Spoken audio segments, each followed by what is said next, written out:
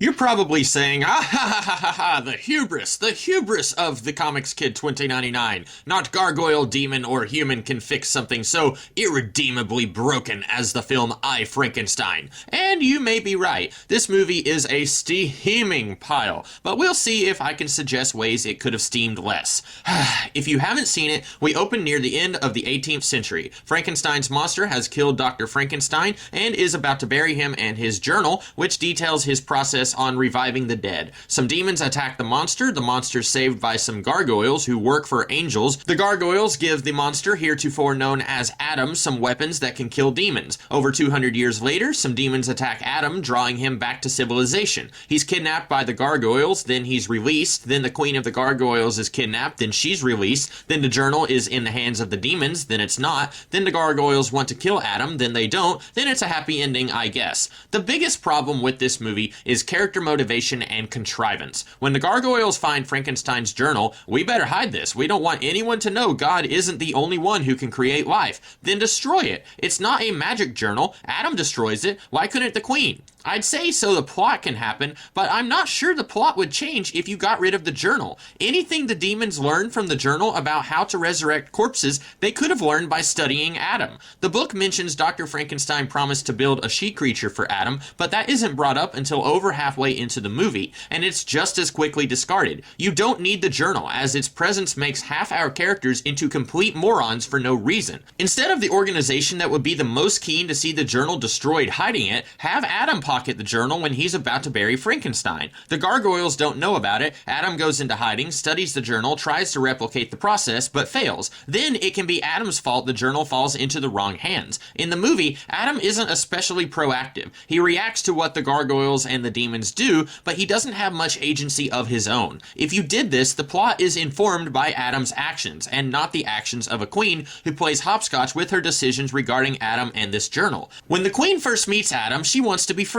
Then a demon kills a human, and somehow that's Adam's fault. So the gargoyles imprison him. Then after Jai Courtney trades the journal for the kidnapped queen, she regrets holding him prisoner. Then Adam tells the gargoyles about the Demon King's plans to reanimate an army of creatures like him possessed by demons. He promises to help the gargoyles if they protect his human friend. The queen orders Jai Courtney to kill Adam for some reason. Adam is willing to help them stop a demon invasion, but we better kill this guy who means no harm to us. At the end, the queen saves Adam because he's found his higher purpose. This lady is not a character. The only thing consistent about her is how inconsistent she is throughout the movie. This movie keeps talking about how the queen makes difficult decisions to save humanity, but do you want to guess how many non-demon, non-gargoyle, non-homunculuses there are in the movie? There's Victor Frankenstein, who's only in the movie for about 15 seconds. We see his wife, but she's already dead. There's a cop who shows up when Adam is killing demons. Oh, surely he's important. Nope, he dies with less than 5 seconds of screen time. The only two human characters of consequence are the two scientists unknowingly working for a demon, and you'll never guess what happens to one of them after 7 lines of dialogue. This world feels so empty. The gargoyles are sworn to protect humanity, but I'm not convinced there is a humanity for them to protect. Why bother going the route of Harry Potter with a hidden world the humans don't know about if you're not going to have humans in this world? They don't have to be major players in this story. The Dursleys are not helping Harry hunt Horcruxes, but you know who they are. You know about Hermione's parents and Voldemort's dad. There's an entire chapter from the perspective of the Prime Minister of England. Even though the humans don't factor into the story, you still know they're there. Keeping these gripes in mind, what would I, Frankenstein, look like if I was helming this sinking ship? Cut all the stuff from the 1700s. All the world-building exposition we get there is given to us again later in the movie. Start in the present day with a science expedition in the North Pole, led by a science woman. This movie needs to be from her point of view. There was a TV movie with Parker Posey called Frankenstein. She's a cop, she finds out about this mad scientist creating monsters, and she forms an alliance with the original monster to stop the scientist. That movie shows the regular, ordinary humans and how this larger-than-life plot is impacting them.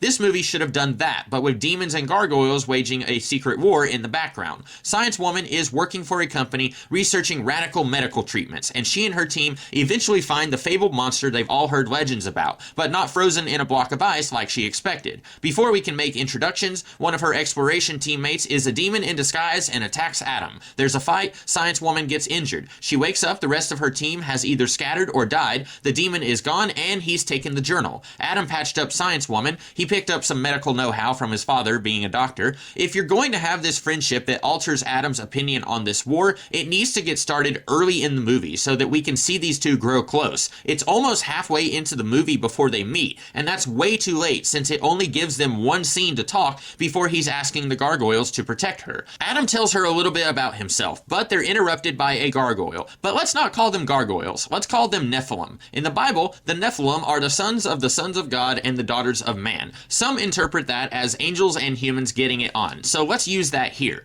The movie gave us hints the archangels who founded the Gargoyle Order aren't backing them up, so lean into that. This Nephilim is Gideon. Gideon does not irrationally despise Adam. They have a gruff understanding of each other. Adam's helped the Nephilim on a few missions, but always finds his way back to his solitude. The Nephilim don't mind his ugliness, but the humans always giving him the side eye helps him realize this isn't his fight, even though it always finds its way back to him. The Nephilim keep a close eye on Adam, even when he wants his isolation. A demon attack in front of human witnesses warrants a Nephilim commander investigating. But we've got bigger problems. The demon took the journal. The Nephilim weren't aware Adam had the journal that could give the demons the upper hand. They now have the means to create many more like Adam. But why? What could it gain them? Gideon takes the other two back to headquarters. There's some hostility from the Nephilim against Adam for screwing them like this. Adam knows he messed up and wants to make amends. There won't be a constant changing of allegiances from these guys like in the movie. Adam will work with the Nephilim to stop the demons. Science Woman realizes she can't go back to work because the undercover demon was one of her coworkers, someone she had known for months. The demons have been planning this for a while. Who knows how many more have infiltrated her company? The demons have their own companies. There's probably more demons than just Niberius, our chief bad guy from the movie. Maybe they have quarterly meetings to discuss what they're doing. Yeah, we had 14 confirmed kills against the Nephilim this quarter. What about you, Dave? It's important to establish the rules of this world. The movie only told us there's a war, and this is how you kill a demon. The gargoyles wanted to keep this war a secret from humanity, but why would the demons? The movie tells us the demons outmatch the gargoyles, so they would have no reason to pretend to be humans, unless they were afraid of retribution from on high if they broke any previously established rules. In the days of Conan the Barbarian, this war was very public and very messy until a truce was reached. You can keep this war going, but you have to be careful about who gets killed. God's children need to be left out of it. The demons and the Nephilim had to get clever and embed themselves into human society and play James Bondian spy games against each other. If the demons have their own businesses and have infiltrated the police and law firms, so have the Nephilim. There's a Nephilim working in the White House, keeping an eye out for unusual activity to report back to Lenore. Our team has to be careful how they proceed so they don't provoke all-out war that will attract attention.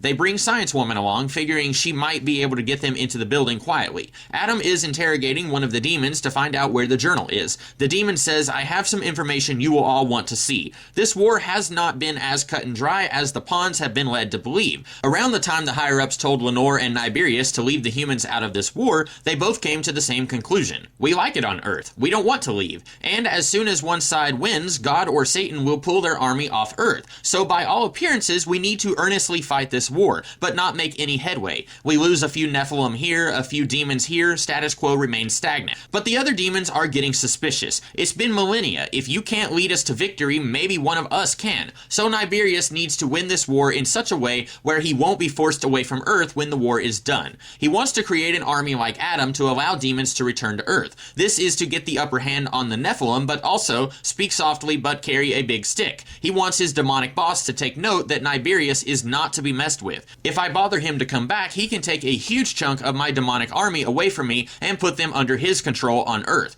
This shakes Gideon to his core. He's fought centuries for what he thought was a just cause. Now he's seeing his side is just as awful as the creatures he's been killing. Adam says we can figure this out later. Right now, Niberius needs to be stopped. Except it's not just Niberius. Lenore didn't know Niberius was doing this, but she's here to join him. What started as hatred grew into pragmatic partnership, and that grew into the closest thing to love you can get when you're dealing with demons and nearly angels. She was fine with the status quo, but if Niberius has to do this, she wants to be there with him, even if it means abandoning her own kind. Our heroes destroy the machine Niberius created to reanimate his army. There's still plenty of soldiers on both sides still standing, but before the fighting can continue, the Archangel Gabriel comes in. In the movie, it was Michael who founded the Gargoyle Order, but Gabriel is traditionally the messenger, so it's him. This battle has spilled out into the streets. Hundreds of people have witnessed it. The cat's out of the bag, and everyone involved has to be punished. The demons and the Nephilim who are part of this battle are all stripped of their powers.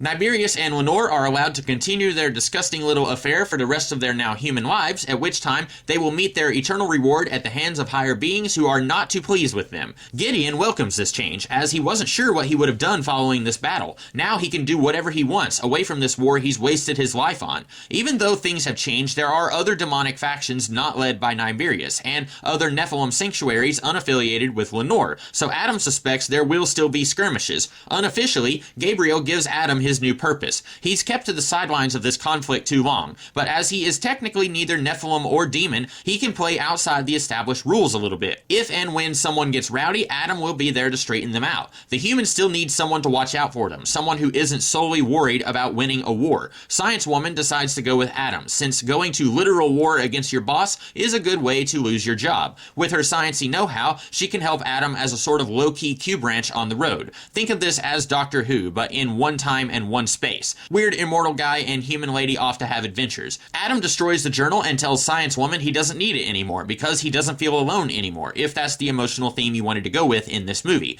I left this one open for sequels, and if they did all of this, they probably still wouldn't have gotten a sequel, but hopefully you guys enjoyed this one more than the actual movie. Next week, I'll be doing some other spooky video, so come and check that out. Until then, have a great rest of the day. Catch you later.